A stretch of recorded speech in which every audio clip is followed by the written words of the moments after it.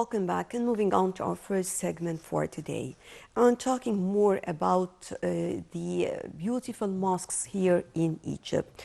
We usually say Cairo is the city of the 1,000 minarets.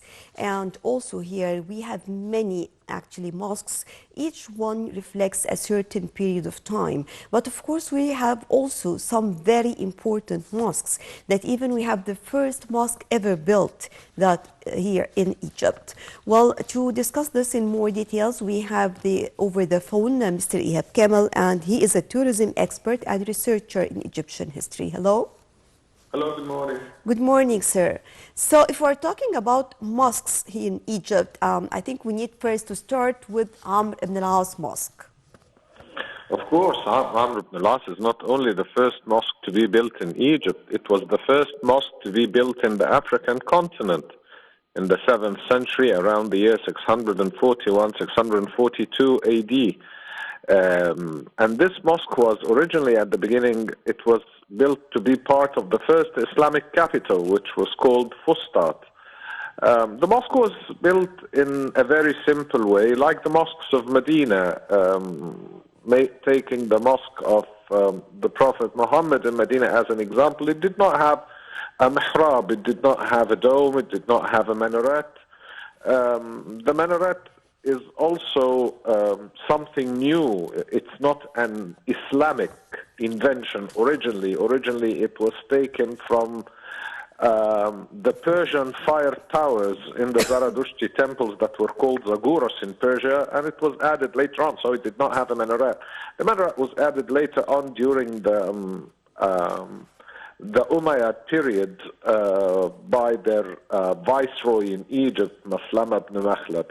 This mosque had seen many extensions because the Fustat itself, it was burned later on in the late Fatimid period, and it was reconstructed by Saladin al-Ayyubi, who had added a mihrab, who had added a dome, who had added other minarets to the minaret that was added in the Umayyad period, so that the mosque would take the present shape, occupying an area of about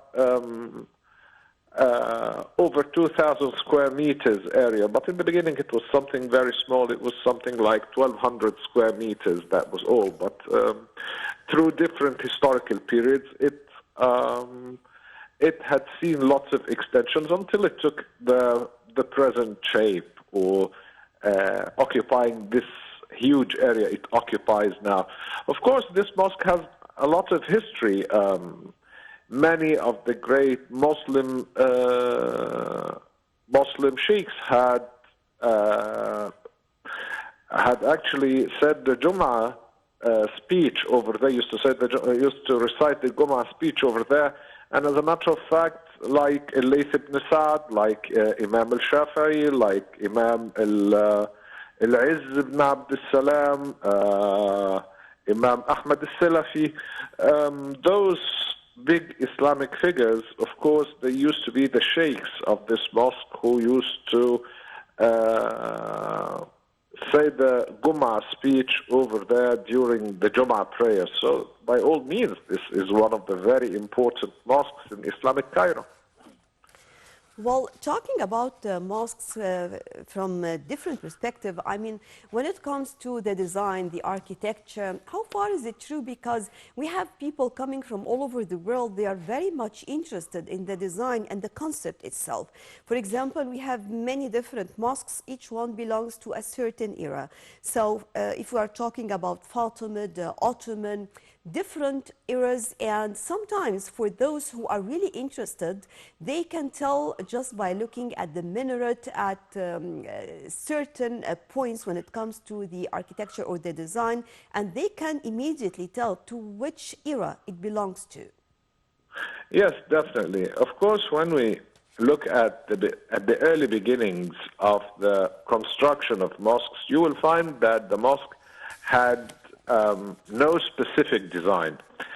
Basically, because the Arabs were not a nation of architects in the very early days of Islam, the mosque was a very simple building. But through the interaction with other civilizations, they had started developing a style in architecture. Like, as I said before, the mosques at the beginning did not have a minaret. The minaret was something that later on was added to the mosque through interaction with the Persian civilization, which was a great civilization in this area of the Arabian, close to the Arabian Peninsula and in Iraq. That was very close.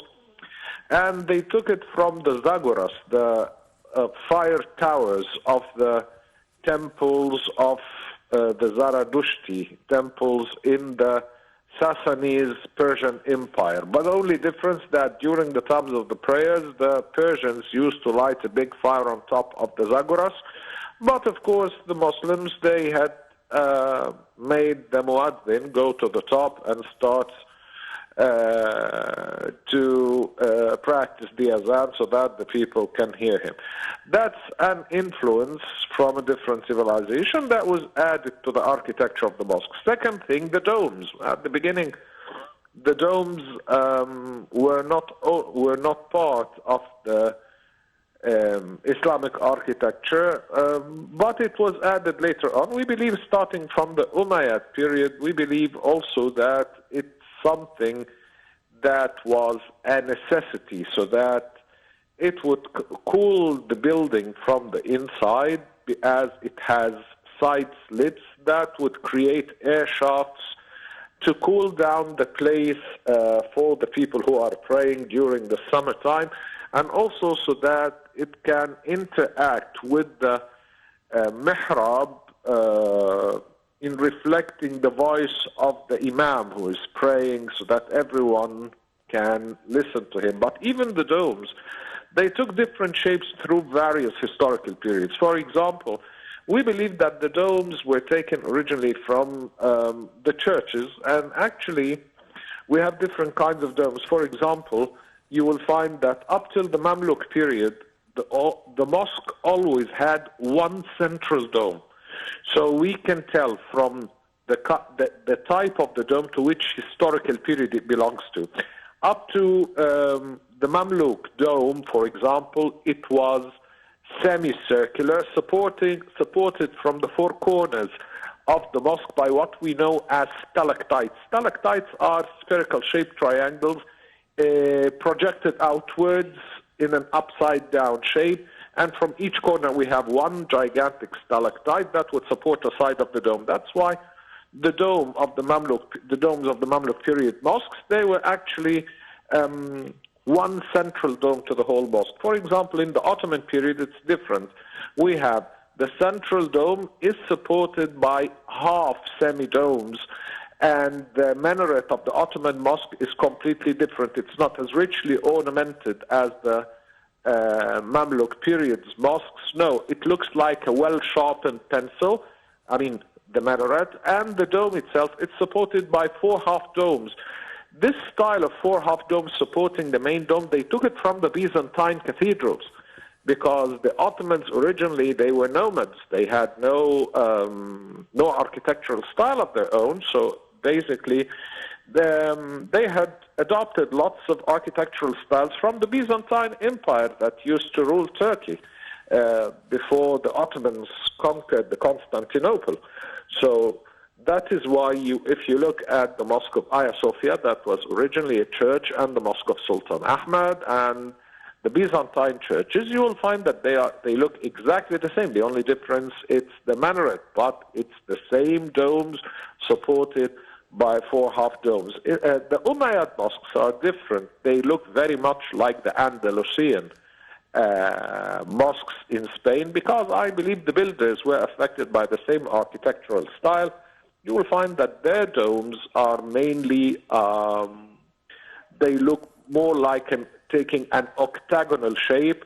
And of course, all the mosques except the Turkish Ottoman mosques, they always have a courtyard with an ablution fountain in the middle, which is a style that continued from the Umayyad period up till the Mamluk period. So we can say that the mosques are mainly two different designs. One of them had developed until we reached the Mamluk period, which are the Arabic mosques, and the Turkish Ottoman mosques, which are completely different style, as it has a different architectural reference, which are the Byzantine cathedrals. Right. Mr. Ihab Kamel, our tourism expert, thank you very much for joining us.